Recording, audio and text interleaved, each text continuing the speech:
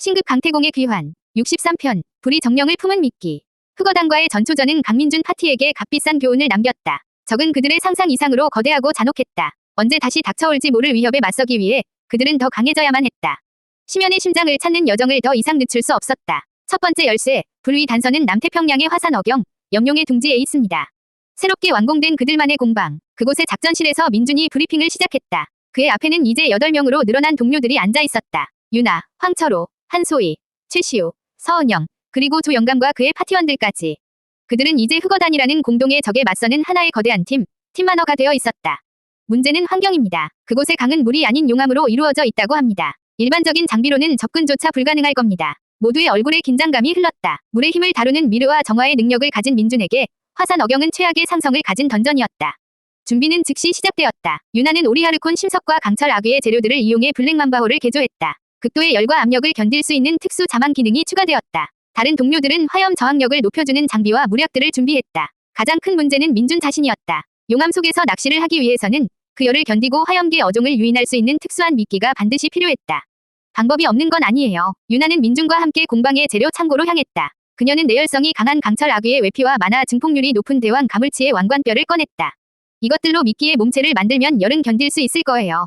하지만 핵심이 빠졌어요. 놈들을 유인할 불의 정수가 필요해요. 민준은 대회 상금의 상당액을 들고 협회 내부의 비공식 암시장, 도깨비 시장으로 향했다.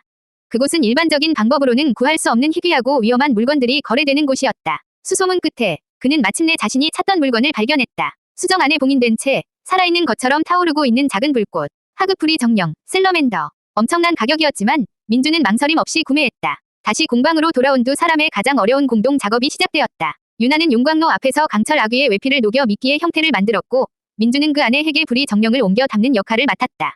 자칫 잘못하면 정령이 폭주하여 공방 전체가 날아갈 수도 있는 위험한 작업이었다. 민준은 만화 조종수를 극한까지 끌어올렸다. 그는 더 이상 물고기를 조종하는 것이 아니었다. 그는 살아있는 불꽃, 정령의 위지를 조종하려 하고 있었다. 그의 만화가 셀러맨더를 부드럽게 감쌌고 저항하던 정령은 이내 월광강의 만화 조종이 가진 신비한 힘에 이끌려 서서히 미끼의 핵 안으로 스며들었다.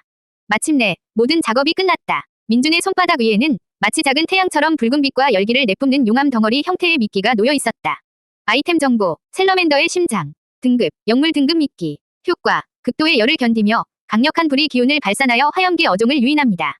사용 시 주변의 열기를 일부 흡수하여 사용자를 보호합니다. 새로운 무기가 완성되었다. 모든 준비는 끝났다. 며칠 후, 화산지대의 열기에도 견딜 수 있도록 개조된 블랙맘바호는 동료들의 배웅을 받으며 머나먼 남태평양을 향해 출항했다. 64편, 화산 어경, 불의 강. 며칠간의 항해 끝에 그들은 마침내 목적지에 도착했다. 수평선 너머로 모습을 드러낸 섬은 살아있는 지옥 그 자체였다. 하늘은 화산재로 뒤덮여 붉은 빛을 띠고 있었고 섬 전체에서 유황 냄새와 함께 뜨거운 열기가 뿜어져 나왔다. 섬 주변의 바다는 부글부글 끓어오르고 있었다. 저기다, 염룡의 둥지. 유나는 특수 개조된 블랙맘바호를 조종하여 끓어오르는 바다를 뚫고 섬에 접근했다. 섬에 상륙하자 대지의 열기가 신발 밑창을 뚫고 올라오는 듯했다. 그들은 화산재로 뒤덮인 산을 올랐다. 그리고 마침내 거대한 분화구의 중심부에서 그 광경을 목도했다. 강. 하지만 그 안에서 흐르는 것은 물이 아니었다. 시뻘겋고 끈적한 용암이 거대한 강을 이루어 천천히 흐르고 있었다. 불의 강이었다. 여기서 낚시를 하라고 뒤따라온 최시우가 믿을 수 없다는 표정으로 중얼거렸다. 민준은 말없이 셀러맨더의 심장 미끼를 꺼내 낚싯줄에 묶었다. 미끼를 꺼내자 주변의 살인적인 열기가 미끼 속으로 흡수되며 그의 주변에 희미한 보호막이 형성되었다. 그는 불의 강 가장자리에 서서 심호흡을 하고 용암을 향해 낚싯대를 던졌다. 첨벙. 보통의 미끼였다면 닿는 순간 녹아 없어졌을 테지만 셀러맨더의 심장은 아무렇지도 않게 붉은 용암 속으로 가라앉았다.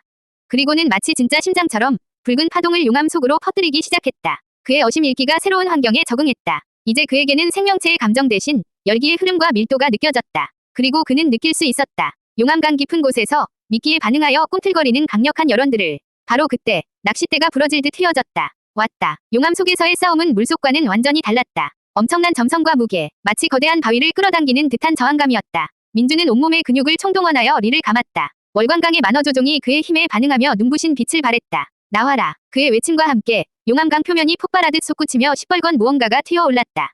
그것은 상어의 형상을 하고 있었지만 온몸은 날카로운 흑요석 비늘로 덮여 있었고 그 틈새로는 시뻘건 용암이 혈액처럼 흐르고 있었다. 무트로 올라온 놈은 주변의 바위를 녹이며 격렬하게 몸부림쳤다. 용암 상어, 레벨 35, 성공이야. 한소희가 기쁨의 비명을 질렀다. 민준은 마침내 불가능해 보였던 용암 낚시에 성공한 것이다. 그는 승리의 기쁨을 누리며 어심 읽기를 강 하류 쪽으로 더욱 넓게 펼쳤다.